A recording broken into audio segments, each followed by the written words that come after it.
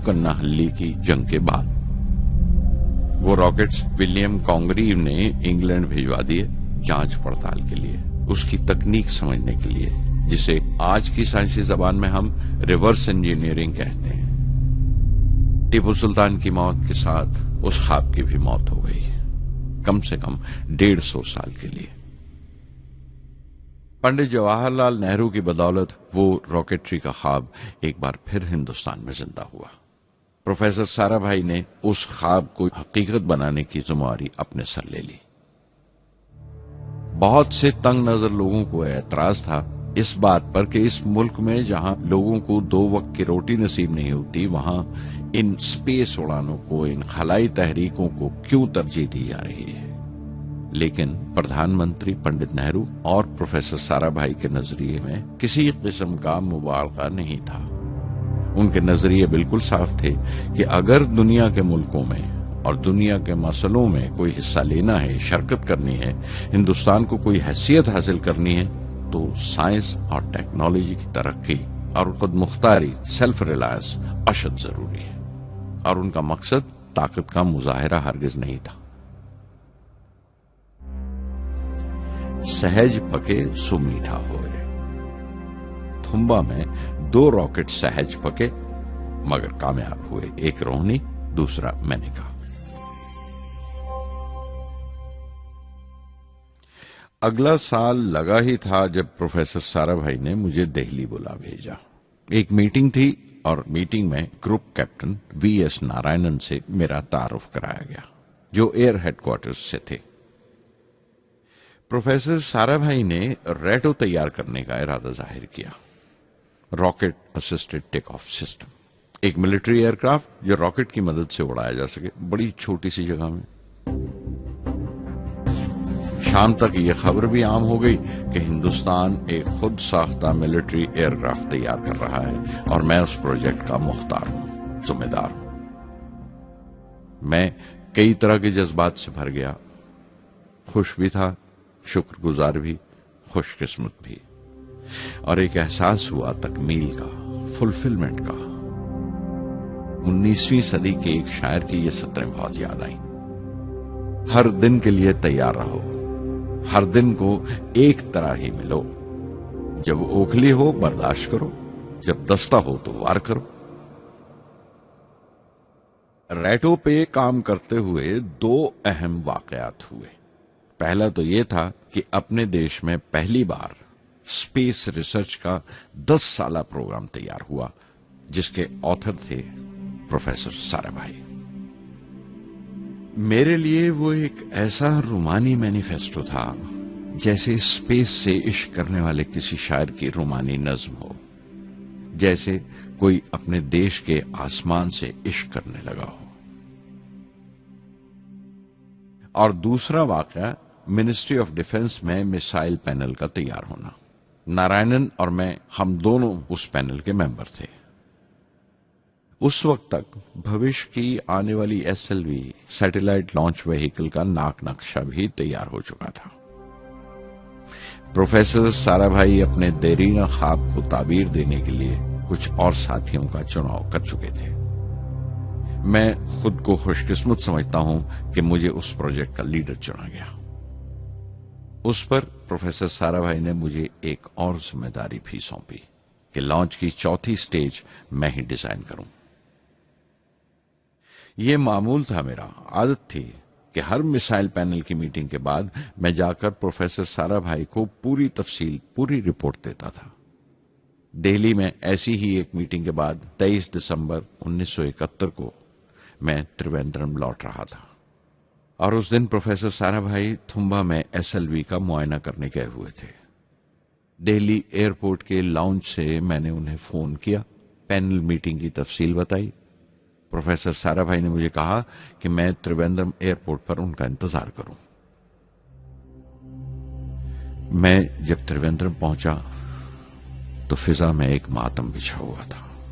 مجھے خبر دی گئی کہ پروفیسر سارا بھائی نہیں رہے۔ چند گھنٹے پہلے دل کا دورہ پڑنے سے ان کا انتقال ہو گیا۔ میں تھرا کے رہ گیا، چند گھنٹے پہلے ہی تو میں نے ان سے بات کی تھی. میرے لیے وہ بہت بڑا صدمہ تھا. پروفیسر سارا بھائی میری نظر میں انڈین سائنس کے راشٹر پتا ہیں، جیسے راشٹر کے پتا مہاتما گاندھی ہیں. انہوں نے اپنی ٹیم سے رہنما پیدا کیے اور خود اپنے عمل سے ان کے لیے مثال ثابت ہوئے.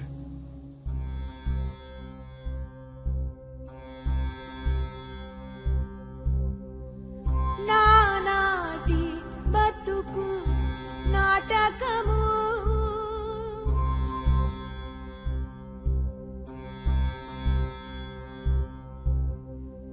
నానాటి బతుకు నాటకము కానక కన్నది కైవల్యము కానక కన్నది కైవల్యము నానాటి బతుకు నాటకము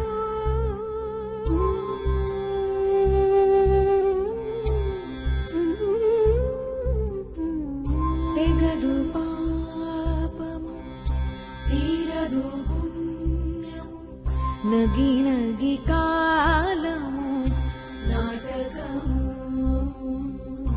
తెగదు పాపము తీరదు పుణ్యము నగి నగి కాలము నాటకము యగువన శ్రీ వెంకటేశ్వరుడేలికే యగువన శ్రీ వెంకటేశ్వరుడేలికే గగనము మీదిది కైవల్యము గగనము మీదిది కైవల్యము కైవల్యము.